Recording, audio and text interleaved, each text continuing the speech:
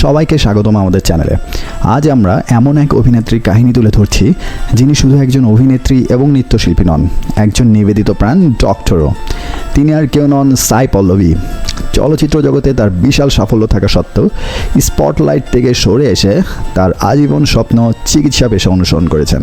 চলুন তার জীবনের এই অনুপ্রেরণামূলক অধ্যায়টি নিয়ে বিস্তারিত জানার চেষ্টা করি। সাই পল্লবীর খ্যাতির উত্থান আস্তে আস্তে হয়নি, বরং তা ছিল অনেকটা বিদ্যুৎ গতিতে। তার প্রেমম ছবিতে আত্মপ্রকাশ তাকে রাতারাতি জনপ্রিয় করে তোলে। মালার চরিত্রটি একটি পরিচিত নাম হয়ে ওঠে এবং প্রত্যেকেই তার ন্যাচারাল লুকের প্রশংসা করা শুরু করে। তিনি তার এই ন্যাচারাল বিউটি এবং অভিনয় দক্ষতা দিয়ে দর্শকদের মুগ্ধ করেছিলেন। কিন্তু যখন তার খ্যাতি দ্রুত বাড়ছিল, তখন অনেকেই জানতেন না যে সাই পল্লবীর ভেতরে আরও একটি অসাধারণ গুণ ছিল। সেটি ছিল চিকিৎসা পেশার প্রতি তার অসাধারণ ডেডিকেশন। সাই পল্লবী সবসময় পড়াশোনার প্রতি অনুরাগী ছিলেন। তার চলচ্চিত্র ক্যারিয়ার শুরু হওয়ার আগেই তিনি জর্জিয়ার টিভিলিস স্টেট মেডিকেল ইউনিভার্সিটিতে ডাক্তারি পড়াশোনা করছিলেন। ভাবুন একবার, যখন পৃথিবী তার অভিনয়ের প্রশংসা করছিল, তখন সাই পল্লবী মেডিকেল স্কুলে যাচ্ছিলেন, অভিনয়ের পাশাপাশি পুরো সময় পড়াশোনা সামলাচ্ছিলেন। তিনি একবার সাক্ষাৎকারে বলেছিলেন যে তার পড়াশোনা এবং চলচ্চিত্রের কাজ একসঙ্গে সামলানো কতটা কঠিন ছিল।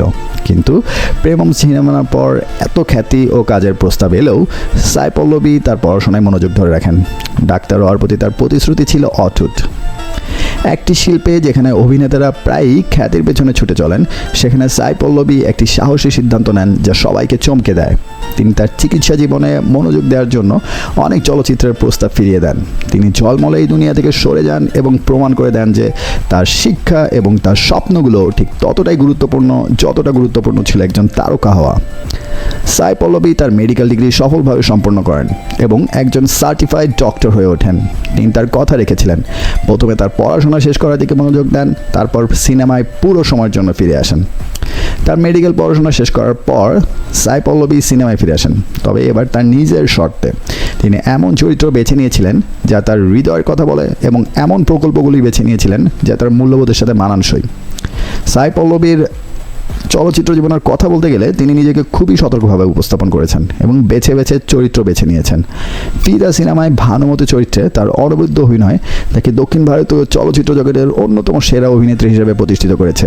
তেলেগু ভাষায় সম্পূর্ণ নতুন হলেও তার প্রাণবন্ত ও শক্তিশালী চরিত্রায়ন দর্শকদের মন জয় করে।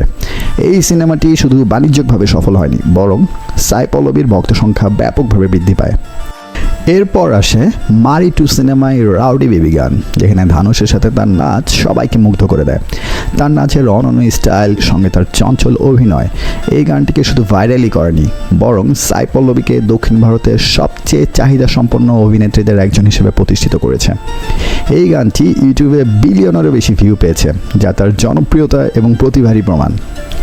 সাই পল্লবীর অভিনয় প্রতিভা শুধু তেলেগু ও মালায়ালাম সিনেমাতেই সীমাবদ্ধ নয়, তিনি তামিল সিনেমাতেও সমানভাবে জনপ্রিয়।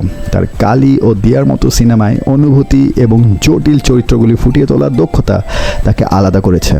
অভিনয়ের ক্ষেত্রে তার সাহসী চরিত্র এবং আবেগময় দৃশ্যে বিশ্বাসযোগ্যতা যোগ করার ক্ষমতা তাকে একজন সম্পূর্ণ অভিনেত্রী হিসেবে প্রতিষ্ঠিত করেছে। তার অভিনয় ক্যারিয়ার তার প্রতিভার বিভিন্ন দিক দেখিয়েছে। তিনি যেমন শক্তিশালী স্বাধীন নারী চরিত্রে অভিনয় করেছেন, তেমনি স্নিগ্ধ সংবেদনশীল চরিত্রেও দর্শকদের হৃদয় ছুঁয়েছেন। চলচ্চিত্রে তিনি যে শক্তিশালী উপস্থিতি দেখিয়েছেন তা প্রতিটি চরিত্রে তাকে অন্যদের থেকে আলাদা করেছে। সাই পল্লবীর যাত্রা হলো আবেগ, অধ্যবসায় এবং নিজেকে কাজের জন্য উজাড় করে দেওয়ার একটি গল্প। একটি শিল্পে যেখানে প্রায়ই তারকাদের উপর খ্যাতি অনুসরণ করার চাপ থাকে, সেখানে সাই পল্লবীর ভিন্ন ভিন্ন ক্যারিয়ারের ডেডিকেশন প্রমাণ করে যে আপনি আপনার স্বপ্ন অনুসরণ করতে পারেন, তা যতই বৈচিত্র্যময় হোক না কেন। সাই পল্লবীর যাত্রার কোন অংশটি আপনাকে সবচেয়ে বেশি অনুপ্রাণিত করে? তার চিকিৎসা জীবনের প্রতি তার প্রতিশ্রুতি, তার অভিনয় জীবন, নাকি দুই জগৎকে একসঙ্গে সামলানোর ক্ষমতা? মন্তব্য জানাতে ভুলবেন না এবং আরও অনুপ্রেরণামূলক ব্যক্তিত্বদের গল্প পেতে লাইক, শেয়ার এবং সাবস্ক্রাইব করতে ভুলবেন না।